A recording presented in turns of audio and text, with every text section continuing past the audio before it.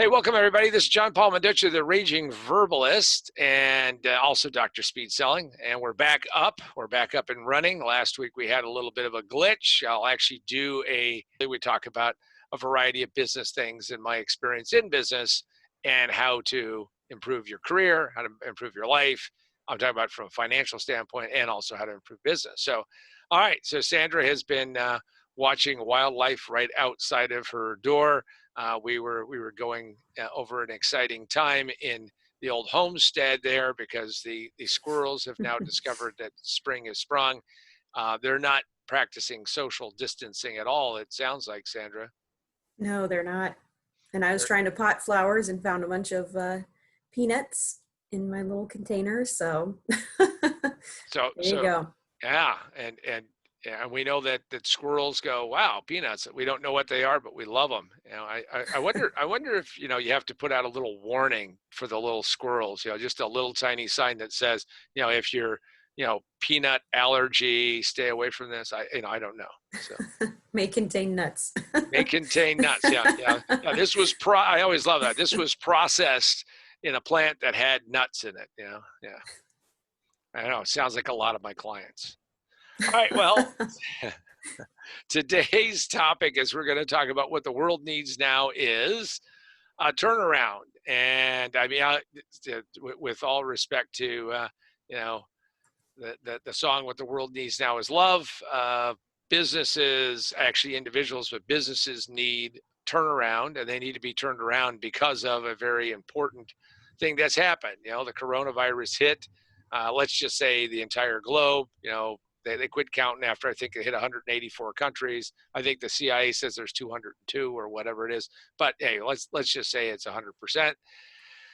So what happens is that because of that, we all end up with different aspects of our life changing, even though we didn't want them to change. We sat there and said, no, life is going along pretty well. My life was pretty exciting. I just finished, my book. For those of you who have been long standing, here's the flying book. Most businesses fail in the first 5 minutes. It just takes them 3 to 5 years to realize it. Position to win. Hard to believe that we're coming up on in just a little bit where we did a preview and advanced reader copies to Freedom Fest last year to do some testing. But yeah, it flies by fast. But what happened is the whole world went on lurch, lockdown, stop. And we're going to see what's going to happen and how that's going to take place.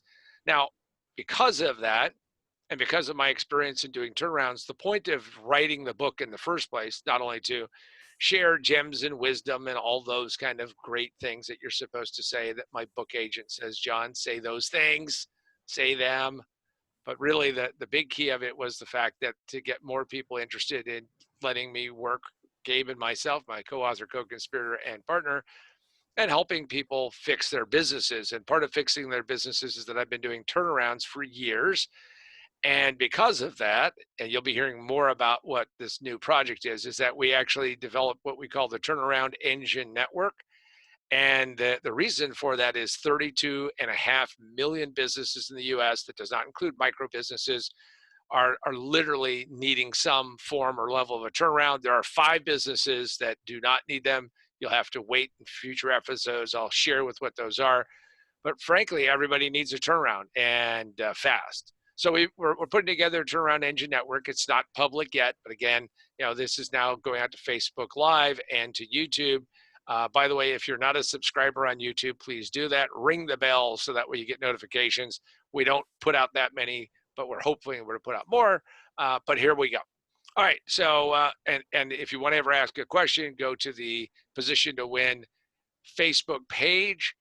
Post a question. Sandra monitors that. She'll see what questions you have.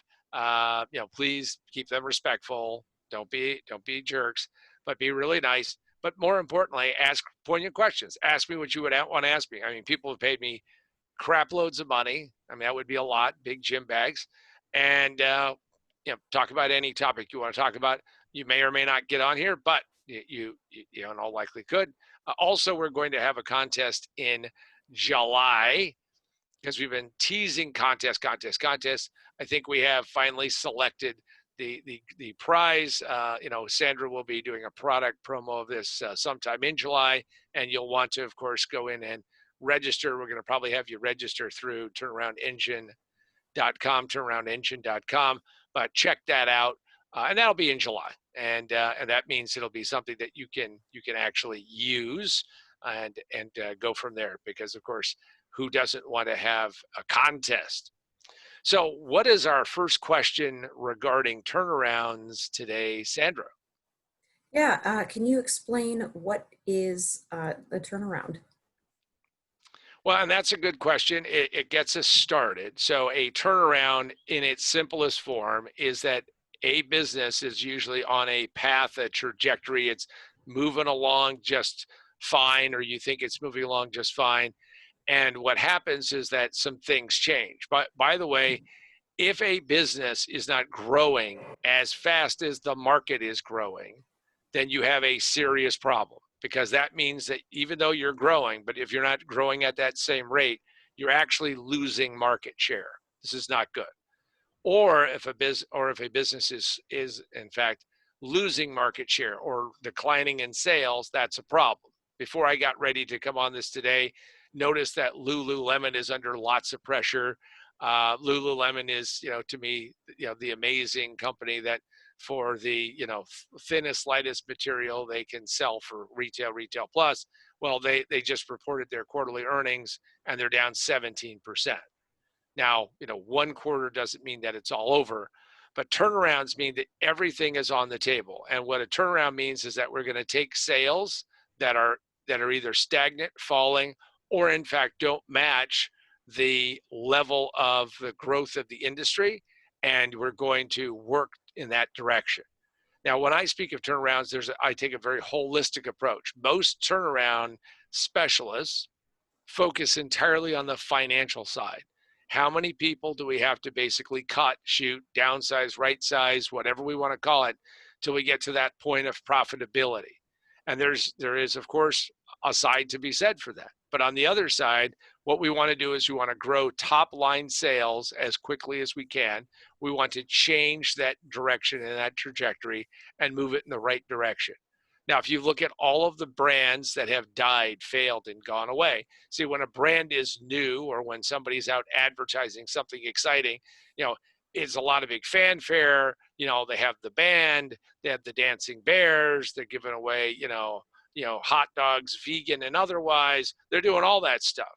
And then when a brand dies, well, first off, nobody ever gives an announcement. Oh, by the way, this brand has died. And when it dies, it just goes away. Well, that happens a lot in this society. Lots of things get introduced and they fail in the marketplace. A turnaround is, in fact, a maneuver, a strategy and plan to move in that direction and stop that from happening. So in its basic form, a turnaround is changing the direction of sales, of profits, and the direction of a company. So that's what a turnaround is in its basic form. So Sandra, what is our next question? Why does anybody need to do a turnaround?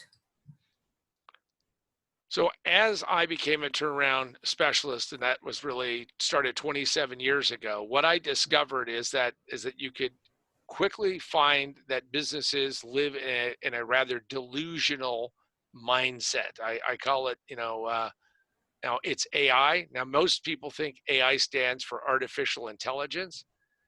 I call it aspirational insanity. And aspirational insanity is that, hey, we're on path that we're going to take a $5 million business and we're going to become a $10 million business, a $50 million business, a $100 million business. I have literally seen seminar leaders, people who are getting people pumped up in a rally and pointing to various business owners and yelling, you're a $100 million business, you're a $100 million business, you're a $100 million business. Now, while that's laudable and while that may make people feel better and in fact make somebody say, man, this is the best event I've ever come to or been at, it really masks a lot of things. So the reason why we end up where people need a turnaround is that we typically run into a situation where they have not been paying attention. Now, what happens, of course, today is that that isn't the case. We're not, we have a lot of people paying attention, but the marketplace comes in and crashes and burns and attacks because this whole coronavirus thing hits and everything goes all dead stop.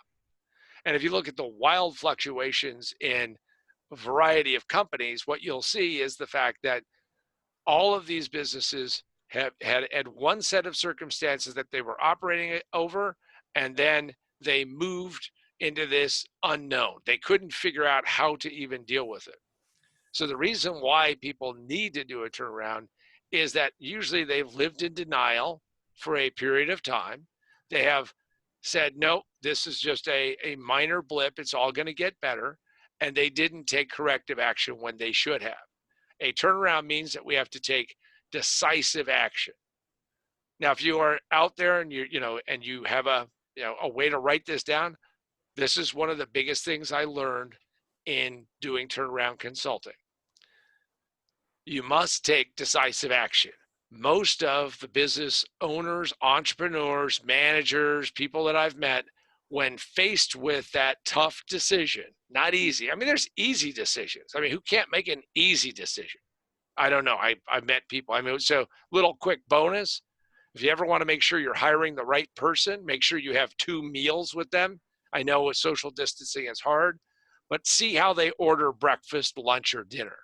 If somebody can't make a decision about what they're going to eat in a business meeting, then you know what? I don't want to hire them because, first off, when I look at them and I realize that they're whatever age they are, they have been eating basically since the beginning of they just got out of mom and they started eating. We are an eating machine. But if they can't figure out what they're going to have for breakfast, and I've had people say, well, how do you make that omelet? How about in a pan? How do you make the omelet? What, are you kidding me? So you have to be able to take decisive action. And if you can't take decisive action, your business will suffer. And this is an example of when I step in, bring in a team of people, and we change what a business looks like and what it does. Because frankly, most of these businesses can't take decisive action. They can't decide on what is working and not working. When something isn't working, what you have to do is you have to be very bold, very direct, and say, take the axe, chop it out, done. We're going to move on. We're going to take our direction and we're going to go in a different way. So the reason why people need a turnaround is because they have in fact let things drift. And if you do not keep on course, if you do not take that effort, see, day-to-day activities will in fact block you from seeing some of the disasters that are heading your way. Most businesses run into problems not because they aren't people who aren't running day to day, but it's that the warning signs kept piling up, stacking up, and they kept ignoring them and hoping they were going to go away. When you do that, what you will find is that you put yourself on a collision course, and that collision course is not nice. It is not good. And I've seen it over and over again. In fact, Gabe and I did an intervention last year of about 3.5 days. We went and saw this company, and they were absolutely on not 1, not 2, but they were on 4 collision courses, which were all money losers. Now, sadly, they took our report and they stayed with the cadre of consultants they had because, see, all those consultants told them the happy, happy, joy, joy story. We all backed people up to they backed them up to a sunshine pump, and they said, hey, everything is great, everything is good. And then guess what? Boom, we were in trouble. So that is important for you to understand what that looks like. Also, I just realized I didn't do something technically I should have done. Bang. Okay. So for those of you staying with me this far, we have now, hey, fire the director, damn it. Wait, that's me. Hang on a second. Now, I wonder if there's severance pay for that. So that's why everyone needs to think in terms of what I have to do to be to do a turnaround. Now, having said that, let me talk about why I work so hard to put together the book, Why Most Businesses Fail, in the first 5 minutes. And it takes them 3 to 7 years to realize it, or 3 to 5 years to realize it. I should read my own book. 3 to 5 years to realize it. You don't get 7 years. Now, the reason they do that is simple. when you are out there and you're working on something. Now, see, people think that this is always aimed at new ventures, at new things, and it's not. What it is this is aimed at businesses, any business, any idea, anything you're doing, in which you really have to focus. That's key. You have to focus on where you're positioned in the market. Now, if you don't have a position in the market, you can't defend it. You can't sit there and say, oh, here I am. I've got this great idea. It's all going to work. Yay.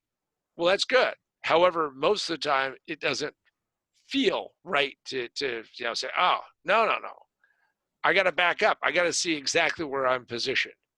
Now, this doesn't apply to businesses that are just starting. In fact, this applies to businesses that have been in business for a while, and maybe it's taken you longer. Maybe you've been lucky. Maybe you've been beating the odds. But most businesses fail because they do not have a position. They're not known for something. And because they're not known for something, guess what? Customers buy based upon what they know. And if they don't believe that you fit that, then it doesn't matter. By the way, the road to commoditization, which means it doesn't matter what you buy because it's all the same, is filled with companies who failed to establish differentiation in what they were and why they were different in the market. Now, you can find out more about the book at positiontowinbook.com, positiontowinbook.com. There's lots of great resources, free resources. You can go check things out. You can also buy the book. Until we run out of the books. I mean, we'll probably get more, but to run out of them, we will sign them for you. You can say, hey, sign it to me, whatever your name is, and we'll inscribe it and send it to you. Now, you can also go to Amazon, Barnes & Noble, Books A Million. You can go a lot of places to get the book, both physical and electronic. Get a Kindle book, get an ebook. Now, all I can tell you is that the point of it is that most businesses fail because they miss a fundamental lesson that you need to do. Also, there you can take the quiz, see how well you're positioned, see where you fit. Results may scare you, so I'm going to give you that warning ahead of time. Now, having said that, now that I've done my correction, as I should have done right up front, is that now we will ask Sandra to bring in the next question. Yeah, do all businesses need to have a turnaround? So every business that I ever worked on, and let me go back and talk a little bit about doing consulting. When I started doing consulting, what I discovered is that I would find issues, problems, things that weren't working right. Nobody hires a consultant because everything is going along great. Now, one of the biggest complaints that clients have had over the years, and I've heard it from clients, is that, well, I've hired a consultant and the consultant didn't take, any kind of aggressive action, didn't really move me in the right direction, didn't solve any problems, or basically told us what we already knew. So the reason why businesses need to get serious about thinking about turning themselves around is that the world that we're entering is going to be different, radically different. And in fact, this world, and nobody's going to send you an email. Nobody's going to sit there and say, oh, by the way, this is the stuff you need to do. What you're going to see is you're going to see massive numbers of businesses that are going to fail. Now, the reason why they're going to fail is for all the wrong reasons. They will fail not because they could not have taken some kind of action, but because they chose to go down and do inaction. See, a decision that you make to do nothing is just as dangerous as the most risky decision you're ever going to make. Now, sometimes it's appropriate. We find out, no, I don't want to do anything at this point in time. But I have not seen a single business in my entire career, and I've done many interventions. I've done a lot of consults. I've done a lot of coaching. I have yet to find a single business that could not be improved and improved substantially. What I have found is, in the majority of cases, is that most people are not ready to make a change. They're not ready to go out and do something. Now, I don't know if you've ever been on a diet. I have. I've been on diets for years. Weight has gone up and down. I probably have lost enough weight to, field, 8 or 10 jockeys. I mean, it's like I've got a lot, it's been back and forth. And I was sitting there one day talking to someone who was helping me, not trying, she was helping me. And what I said to her is I said, so tell me a little bit about your patient base. Now she was connected with my doctor, and she said, well, John, you kind of stand out. And I said, how so? And she said, we usually, in fact, actually every other case I have in my caseload over the years, every single one of those people, men, women, didn't matter, have had an incident, but she worked specifically more aimed towards men. And she goes, what happens is they have to have an incident. And I said, well, what's an incident? She says, well, they typically have a heart attack.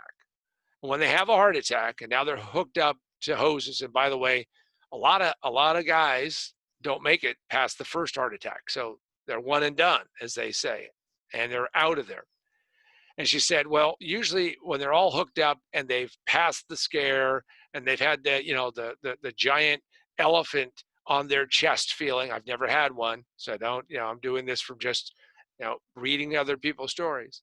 And she goes, and then once they've had that, they look at the doctor and say, Doc, what do I have to do? And they become reformers. Maybe they, if they finally quit smoking and they, cut back on what they drink and change, their dietary habits. You can't have the quadruple fat burger or whatever it might be.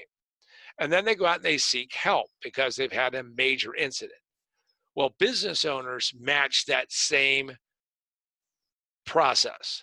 They usually don't do something unless something catastrophic or pretty close to catastrophic happens. Now, wait a second.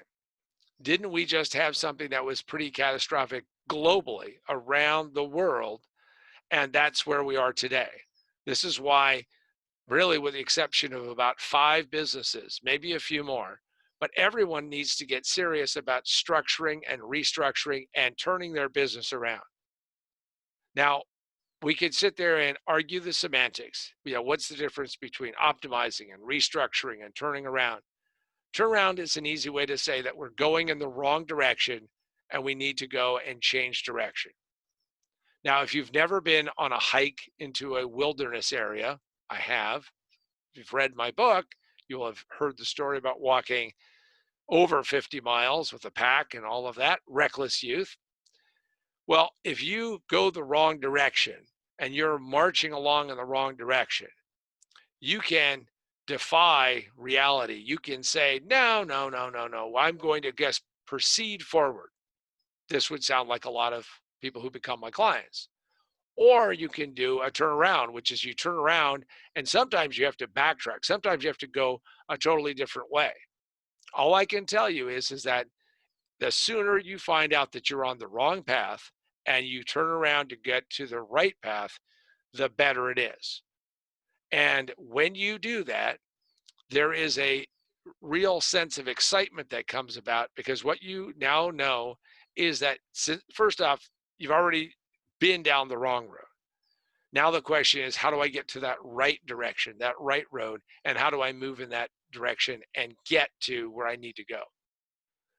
Commonly what happens is that people don't ever sit down and say, okay, how did I get here? But more importantly, how do I get out of here? I always read the stories of the tragedies of people who go out into the wilderness and get lost and get stuck, and they have no sense of how to get back to where they need to go. Now, it would be arrogant of me to say, well, that would never happen to me. But I can tell you, I have been into some pretty wild wilderness areas in this country, back country, where there's nobody and nobody's going to find you. And by the way, there was no cell coverage. I mean, even today, there'd be no cell coverage. And what you had to do is you had to get your wits about you. You had to collect yourself up and say, okay, how do I now sort it out, build a plan, and go to where I need to go? Businesses run into that all the time.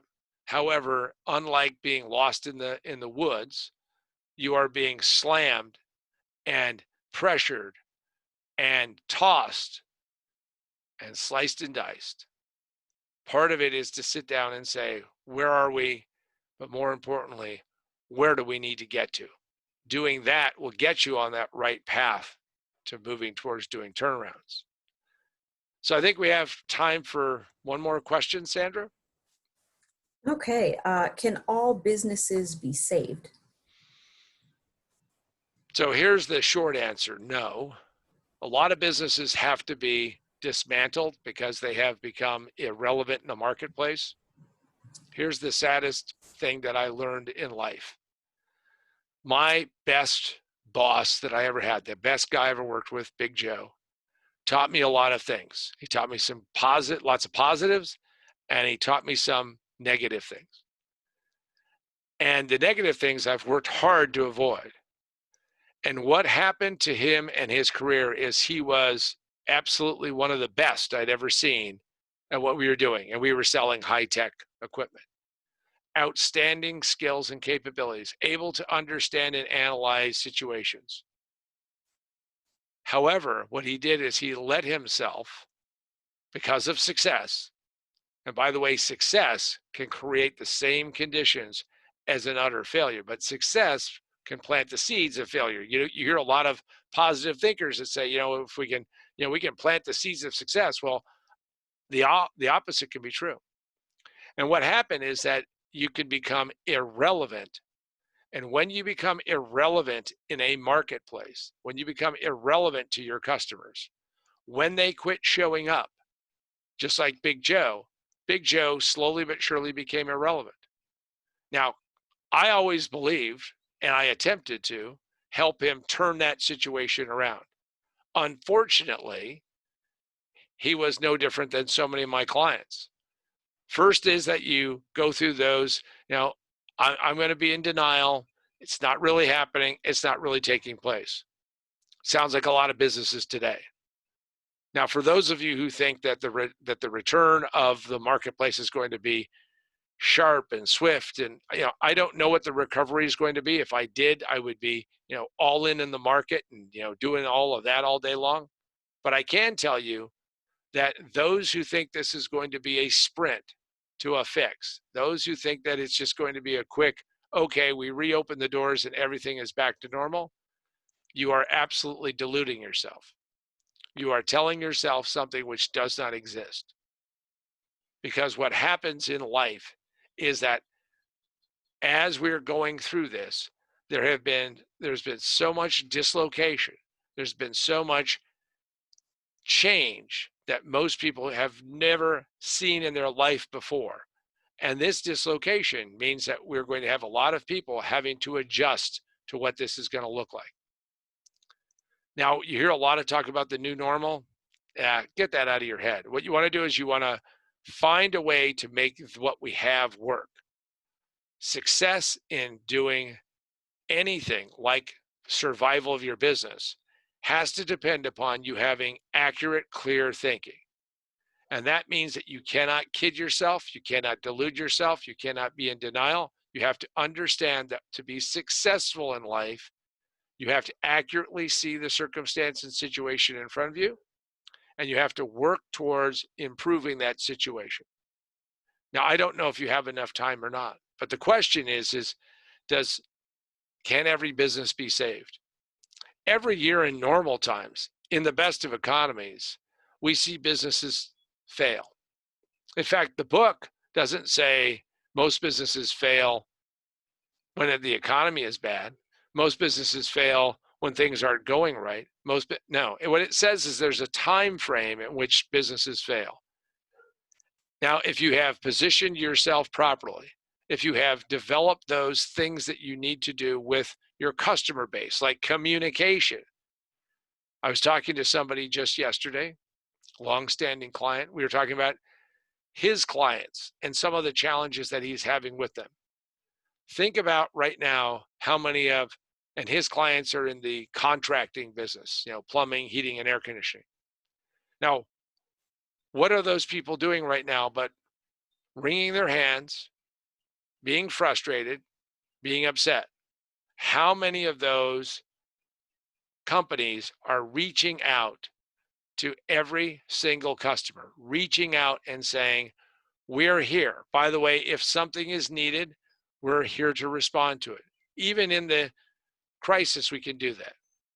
Now, what they did early on in the crisis is they went back to all of the repairs that needed to be finished, and they called everybody up and said, well, schedule's cleared up. What they did not do is they didn't respect the time that we were in. They did not respect what was going on. They did not stop and say, wait a second, my approach has to be different. My approach has to sound different. You can't just march in and say, hey, I'm here. Isn't this great? I'm here to fix your whatever. Because, see, when somebody is going through a trauma, and we are going through a collective trauma, we're going through and we're watching lots of dysfunction out there. And I don't care who you want to blame or not blame, but what you need to know if you're in business is that you cannot get sucked up into that. You have to think, how do I get back to delivering value to my customers, and how do I save myself? See, everyone needs to do a turnaround, because what they did before all of this happened is, if it works, will not work as nearly as effectively.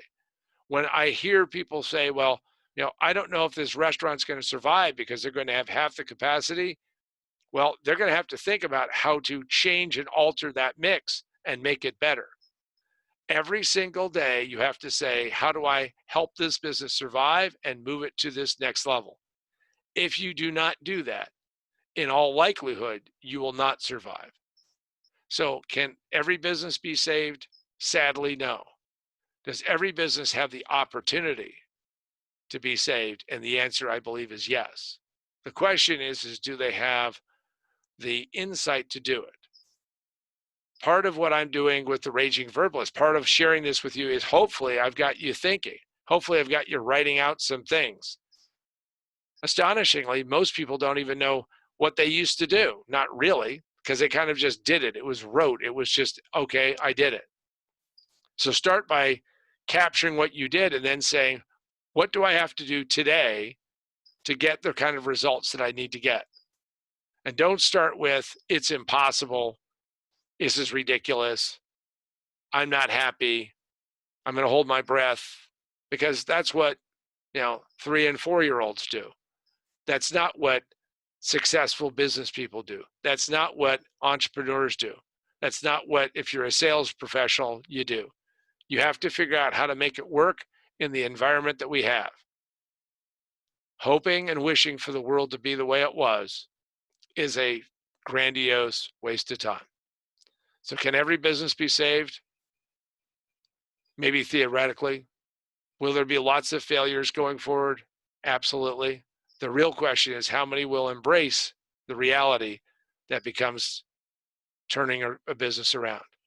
And to that end is why, with Gabe Batista and myself, we created the Turnaround Engine Network.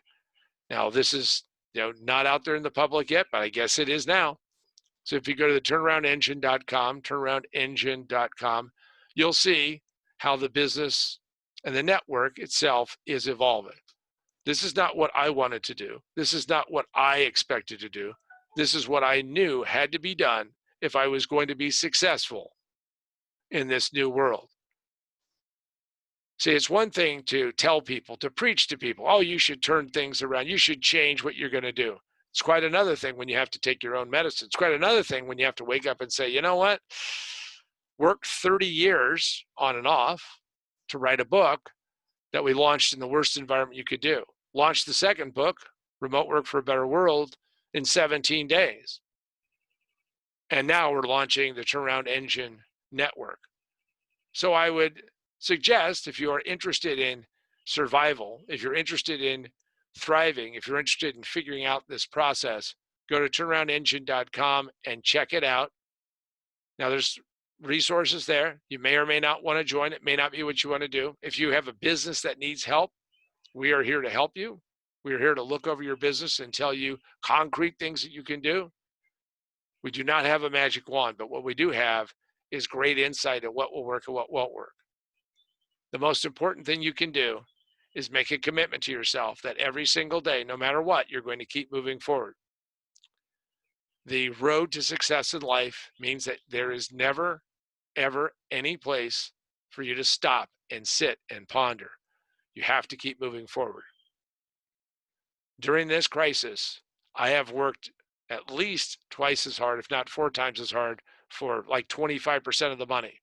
The payoff for doing this, the payoff for this working, is the fact that I am absolutely, resolutely committed to being on the other side and surviving this, turning myself and my group around, but more importantly, helping people to turn their businesses around. Now, it isn't like we're in imminent danger.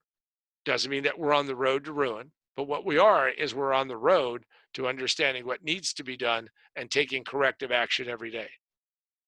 See, accurate thinking means that once you know what needs to be done, you go forward and you do it. Once you know what needs to happen, you continue on that path. And every single day, you drive yourself one step further and one step further. If you do that, you'll be very successful in the relative terms of today. But if you do that throughout this, on the other side, you will find that you'll be significantly more successful as the world grows and expands, which invariably it will in the coming years. And with that, Sandra, do we have any final thoughts from you? I would say a tip on moving forward. Any final tips, I guess, for being able to keep moving forward? So every day you're faced with a lot of, thank you, that's good. Every day you're faced with the adversity, the headwinds of life. And what you have to ask yourself is, okay, what can I do that's positive? What can I do to move and march me forward? And most importantly, how can I achieve in spite of everything around me? Now, now all of that sounds like a lot of platitudes. The concrete thing is that every day, write down 5 things that you want to work towards accomplishing. Now, they may be something like, well, I'm going to go learn about a piece of software. I'm going to get organized in my business. I'm going to make sure that everything gets done. Astonishingly, people have more time than ever before, or than they had before, and yet habits seem to go awry. People don't get their office in shape. They don't get their act together. I was talking to a client who I said, look, you've got to get up every day and write something. So every single day, find 5 things that you can do to make a positive change in your life and do those things. And one of them may be helping somebody that you know without any expectation of any kind of payoff, but helping somebody else who needs that word of encouragement, who needs that push up the hill, who needs to go a little bit further. If you do that, I believe that what will happen is that you will move forward in a way that you probably didn't think that you were going to do. Frankly, turnarounds are simple at the core, but they're fiendishly complicated to actually do. And the reason for that is that we have a big ball of emotion that comes with each one of those things. To move forward, you have to sit down and say, what are the 5 concrete things I can do today to move myself forward? And maybe one of them is going out and finding a quotation that you find inspirational. Read that quotation, write that quotation out, share that quotation with other people. Every time you do those types of things, you are moving yourself forward in a positive trajectory. And most importantly, do not let yourself become consumed by the day-to-day crazy that is the world around us. And with that, I want to thank Sandra for coming on and, of course, sharing and asking questions. You can always put and post questions on the Position to Win Facebook group. That's and you can go do that. Also, if you're on YouTube, hit the subscribe button, hit the like. Hopefully you like this. Hope you learned some stuff. Put some comments. Be respectful. You're going to say, hey, John, you're talking about selling stuff. Yeah, guess what? I do that from time to time. And I know that there's a lot of people who don't ever do that. Okay, well, they do what they do. I do what I do. But the reality of it is that we're all in this together, and hopefully you're taking this insight, take the information and go do something with it. And with that, I want to thank everybody who is watching The Raging Verbalist. And this has been Raging Verbalist number 29.